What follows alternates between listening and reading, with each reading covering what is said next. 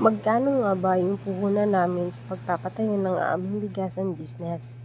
Nung una talaga, nag-hesitate talaga kami kung dadamihan ba namin yung aming stocks or konti lang.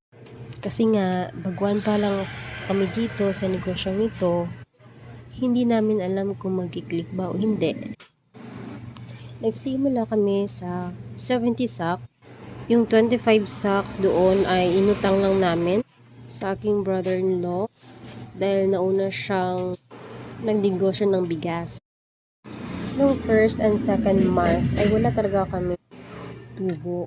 Sakto lang talaga pagbayad ng aming renta.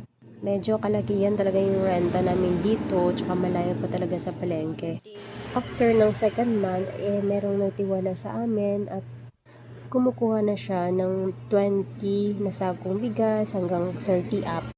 Doon na talaga namin dinagdagan yung aming stocks, yung aming puhunan.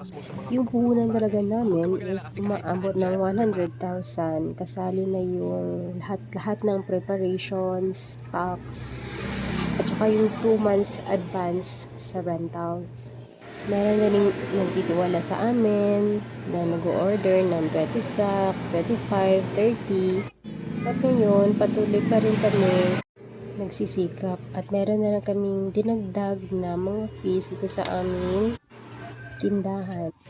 Thankful kami dahil malaki-laki din yung